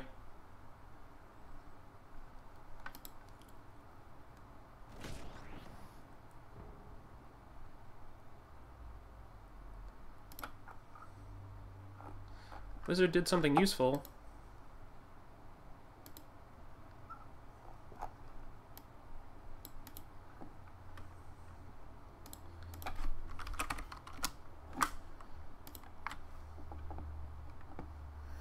Alright, Copper Automaton. Do I give a shit about you? This is relevant information. Or, are you going to become cards? Things are not looking good for this idol right here. I'm gonna level with you guys. Alright, you are cards. Alright. Let's do that. Let's freak the fuck out because I got nothing else to do. It's not looking good, guys. It's not looking good.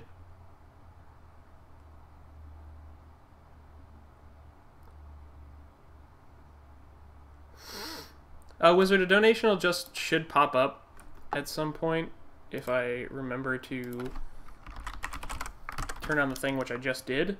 But essentially, it just helps support me. The videos that I make are edited things, and the stream is something separate from them. So it is mostly... Oh shit, he's got a lot of guys. Alright, you're gonna attack, so you're gonna do like a bunch of damage.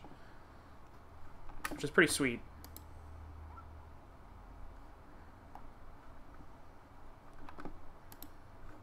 Alright, hold on.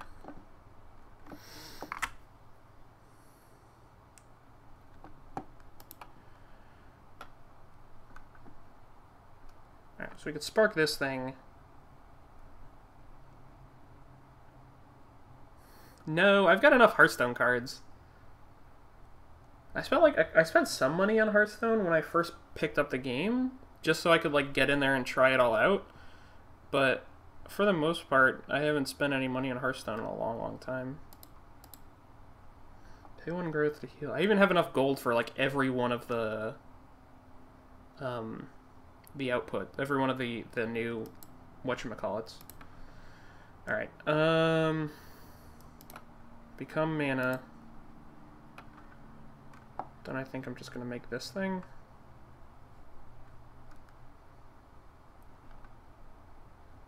Alright. I'm terrified. We're going here. And the turn is over.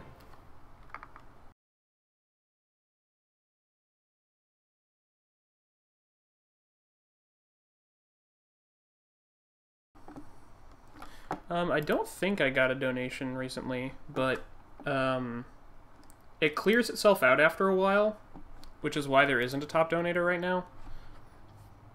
Yeah, Naxxramas Love Dev. I have enough gold to just buy all of Naxxramas. He has not hit any of my idols. I don't know how that has happened. So he's gonna do. He's gonna kill my guy. That's super unfortunate.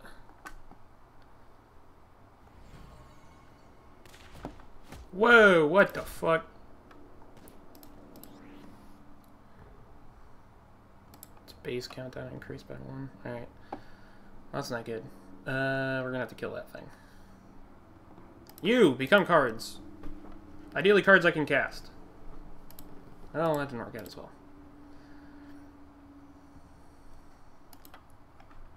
Alright, well, we're gonna kill this thing. Well, I guess I don't have to kill this thing right now. I can kill it later.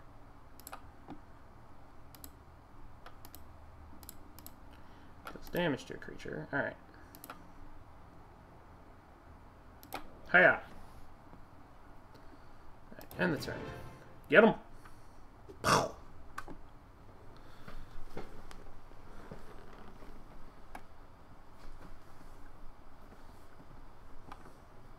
Yeah, sorry about Sunday, guys. It was a really, like, for some reason we've used that mic before, but the gain was turned up super high, and then the internet just wasn't working on one of our computers. So when I thought I was gonna have chat, we just didn't have chat. So I had to use my phone. I have not yet done heroic mode with Nax.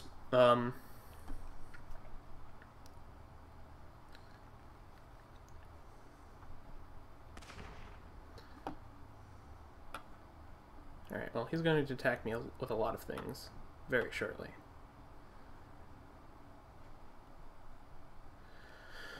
Okay, you.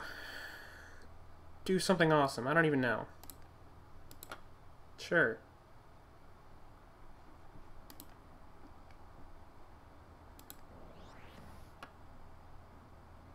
Oh, so he's going to attack all of this. That's pretty cool.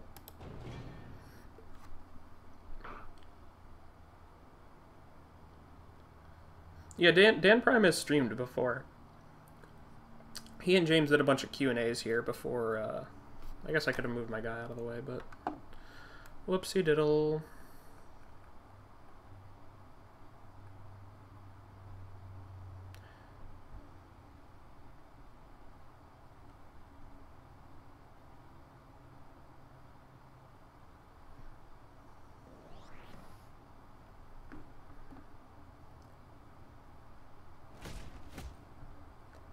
Dan Prime has a significant number of cats. Okay, this thing is destroying me.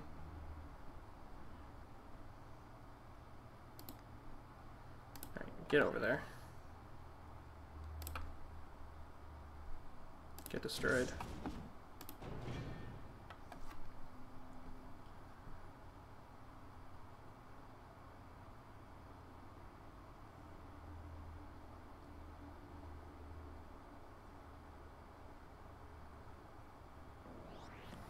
Whoa! The guy's huge. The guy's ginormous. You become cards. What do? Do you do something awesome? You better goddamn hope so. We're running out of awesome. This is... Yep, okay.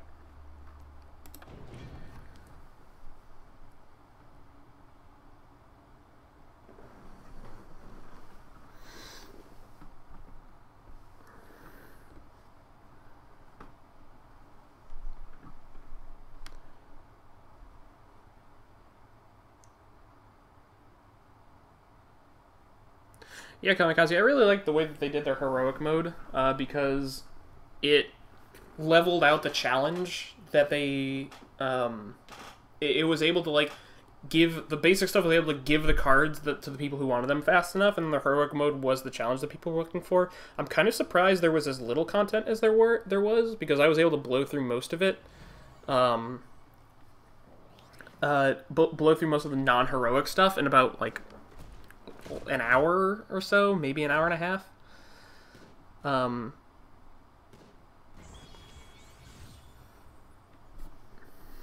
But yeah,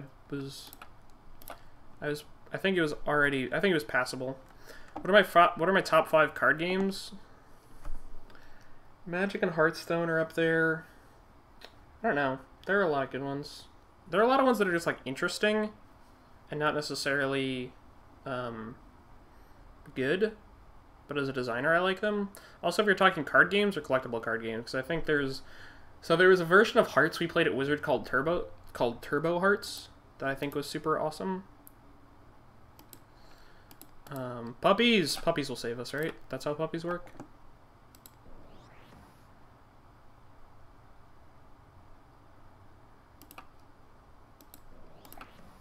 Did I make cards yet? I didn't make cards.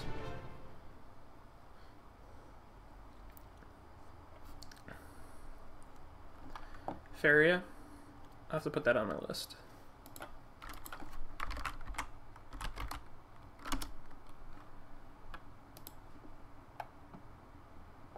Good night, wizard. Sleep well.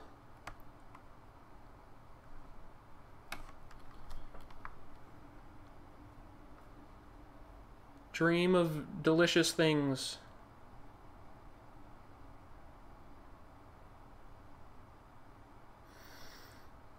I really like Turbo Hearts. Turbo Hearts was, it's essentially hearts, so you deal out all 52 cards to 4 players, and then there's a round of passing, and then you try and take as few hearts as you can, while still taking the Jack of Diamonds. So essentially it's a trick-taking game where you, all the hearts are worth a point, the Queen of Spades is worth, 13 points, and the Jack is worth minus 10 points, and the goal is to have as few points as possible. The 10 of Clubs is makes your score double. So if you have the Jack and the 10, you get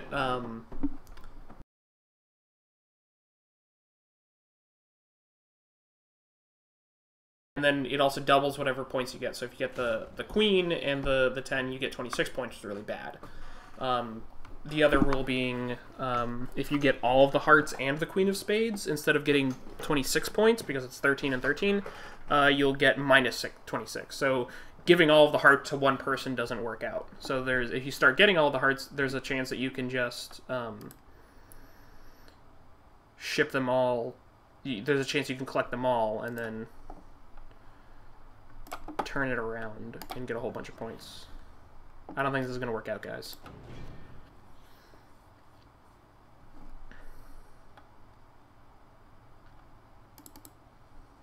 See. Alright, we got some questions. What is my least favorite mechanic predominantly in green? Regeneration. The regeneration's really fucking hard and complex to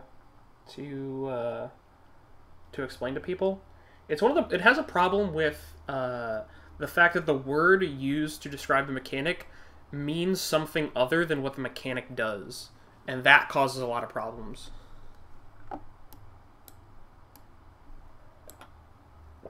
What is the MTG color I'm most meh on?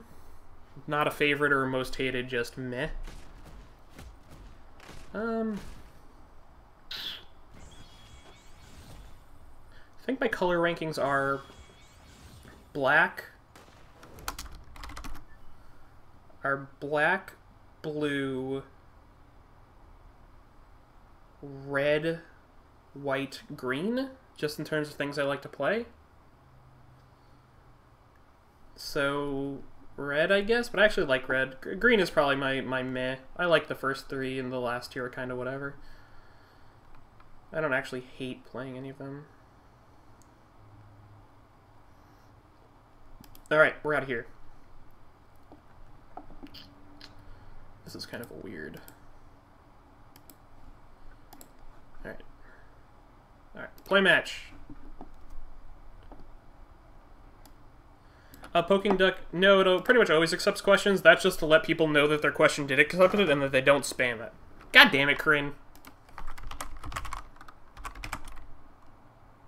God damn it, Corinne.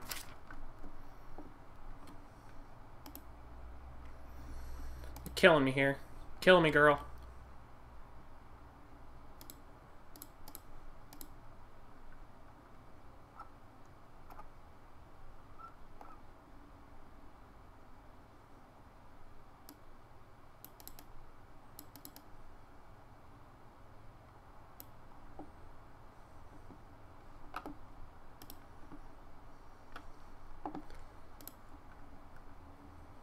I'll fight you.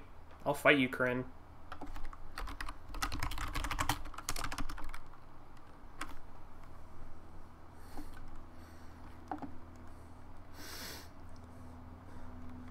Alright, what other questions do we have?